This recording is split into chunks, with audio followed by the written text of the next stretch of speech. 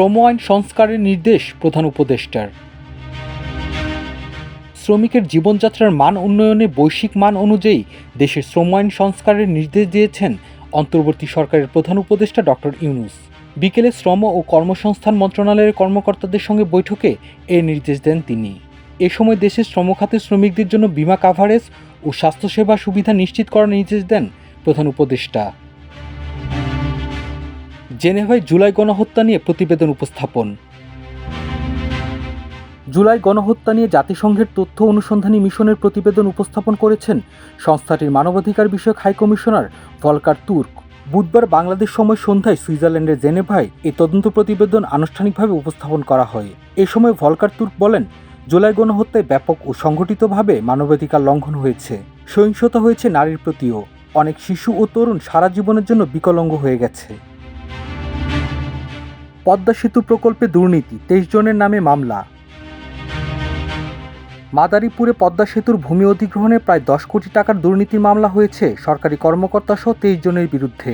দুপুরে মাদারীপুর সমন্বিত দুদক কার্যালয়ের উপপরিচালক আতিক রহমান মামলাটি করেন। আওয়ামী লীগ সরকারের অগ্রাধিকার ভিত্তিক প্রকল্প ছিল পদ্মা সেতু। 32,000 কোটি টাকার প্রকল্পের বড় একটা অংশ ভূমি অধিগ্রহণ ও পরামর্শক নিয়োগে ব্যয় হয়।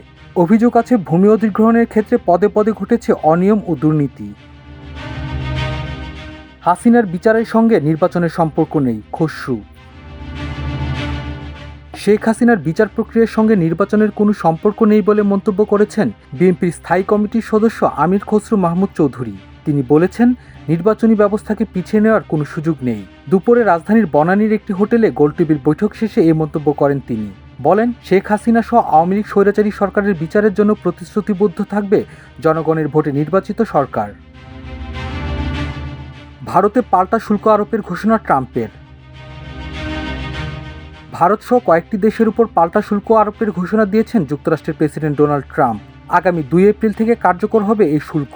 বুধবার যুক্তরাষ্ট্রের কংগ্রেসের যৌথ অধিবেশনে দেওয়া ভাষণে এই ঘোষণা দেন ট্রাম্প। তার দাবি, আমদানি করা যুক্তরাষ্ট্রের পণ্যের উপর 100% কর আরোপ করে ভারত। পাল্টা পদক্ষেপে তাই ভারত সহ কয়েকটি দেশের উপর কার্যকর হতে যাচ্ছে শুল্ক। ওয়ানডে ক্রিকেটকে স্মিথের বিদায়।